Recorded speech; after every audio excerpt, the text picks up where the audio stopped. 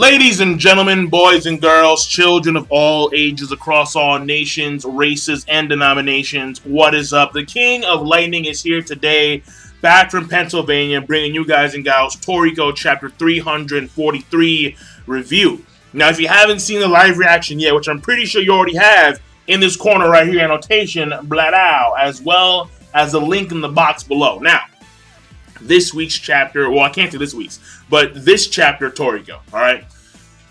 Here's the thing.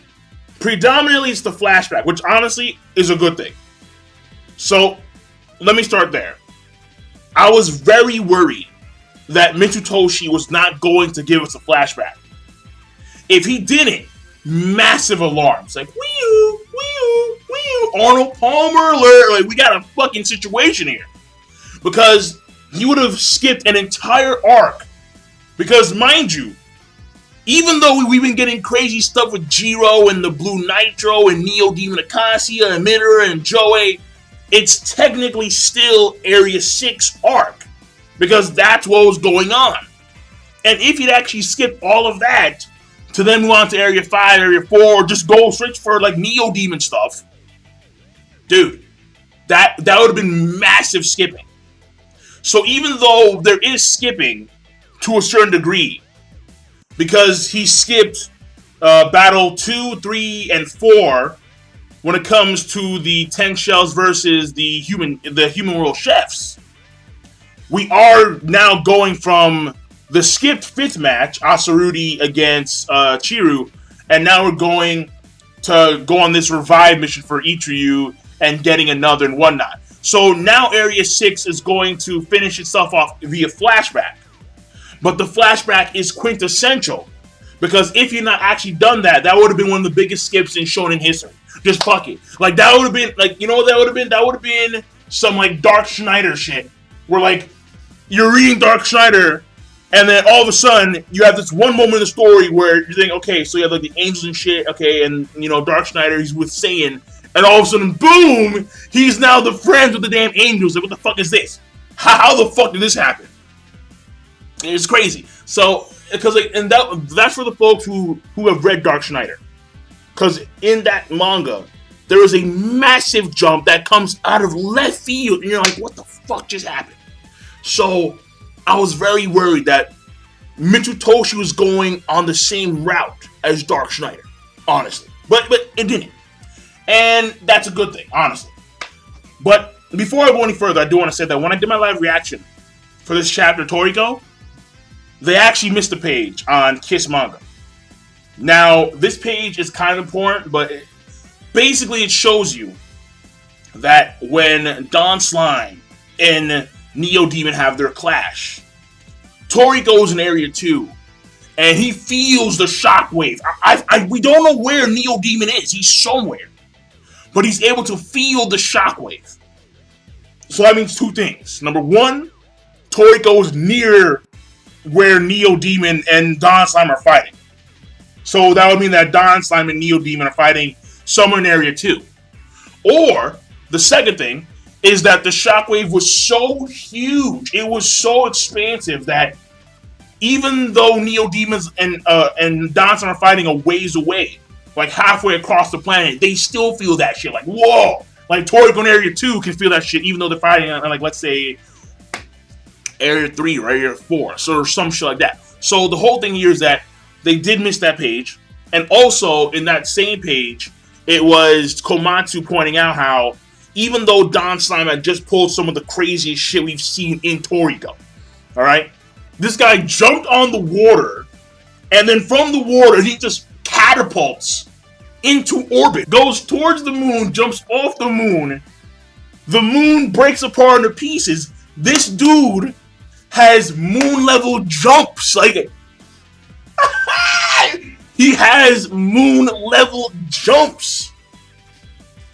Okay, all right, Don Slime, and he's still losing. He's still losing. You understand that?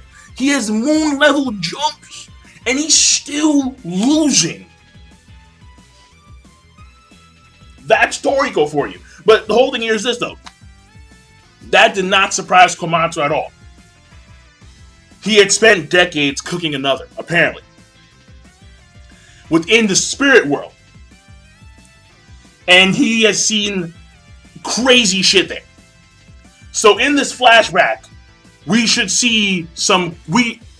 anticipate insane, crazy shit. So that shows you that Komatsu has made a lot of progression as an individual when it comes from a mental strength standpoint.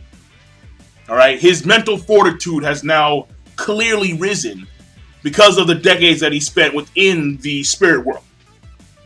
So how this turns, so basically all the theories of Komatsu attaining his gourmet demon powers and whatnot, we're gonna probably see them in this arc if he actually has.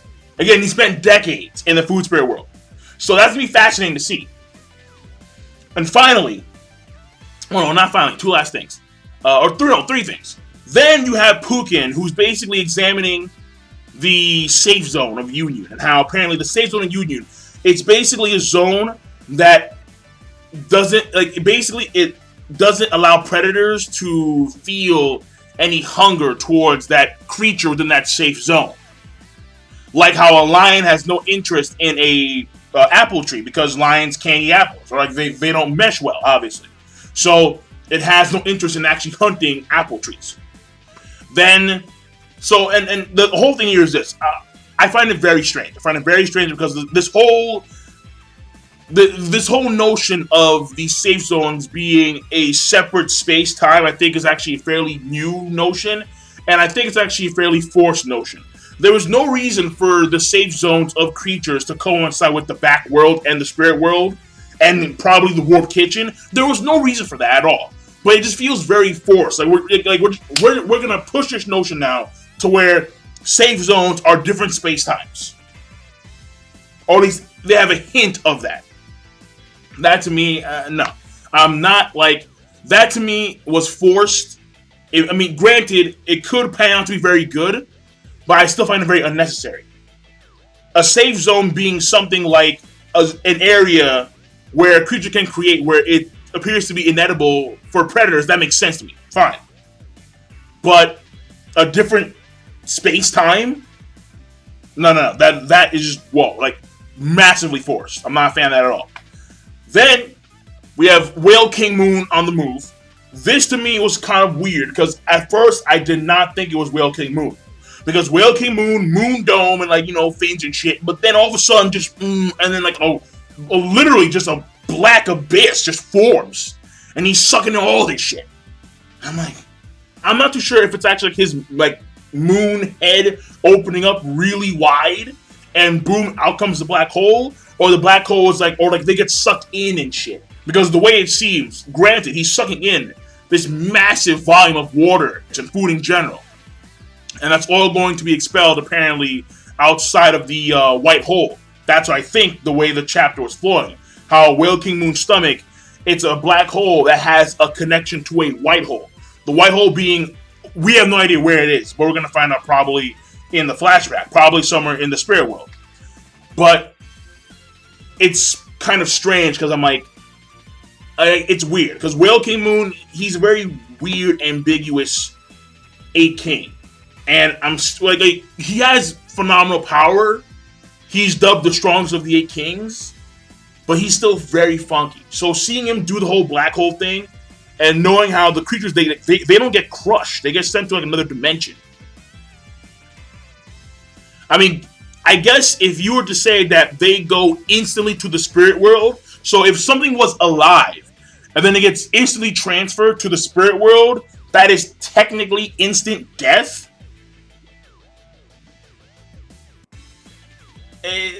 We have to see more. We have to see more, especially where the food gets expelled to, where all the stuff gets expelled to.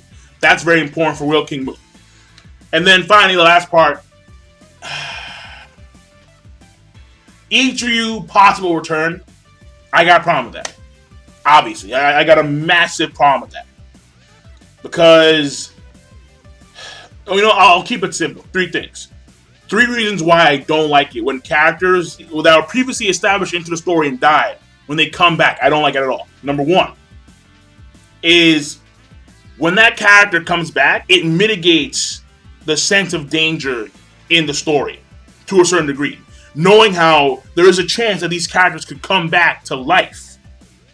Therefore, all the actions that they've had previously when they were alive for like the first time round, if you would, they could be mitigated. And that goes to number 2. When you had Ichigo, when he died, it was a pretty intense moment. Midoriya versus Ichigo, pretty intense battle. Out, in come the Blue Nitro, boom, Ichigo dead, like whoa. With massive left field, massive shocker. But then you're going to bring him back to life. So not only does it mitigate the sense of danger, but also it mitigates the emotions and the intensity that arose when he first died. You see what I'm saying? And then the last thing is the possibility of that character being botched now that they're back to life from a characterization and a character development standpoint. Again, I always point to Nagato and Naruto because he's a primary example. Nagato's character, after he came back to life, plummeted. Nagato ended, his characterization was fantastic up until he died. Then when he came back to life, shitty. I mean, it was one of the worst things I've seen an author do to a very prominent character like Nagato. And Ichiryu is massively prominent in Toriko. I do not want to see Ichiryu's character be botched like that. I am very fearful of that. What I want is Ichiryu to pull the same thing as Froze, where Froze refused to come back to life. I want Ichiryu to refuse to come back to life. Because if they bring him back in full, and he's now reinstated to the story, his character could be botched. And I hate that. Even if the character was botched up until they died the first time, leave them the way they are, dead. Don't bring him back to life. It could be better, but it could be a worse. And I fear that worse. So instead of risking their characterization, just leave them dead. So overall, the chapter. Not only does this chapter, in my personal opinion, get a great, despite the fact that it does have its faults.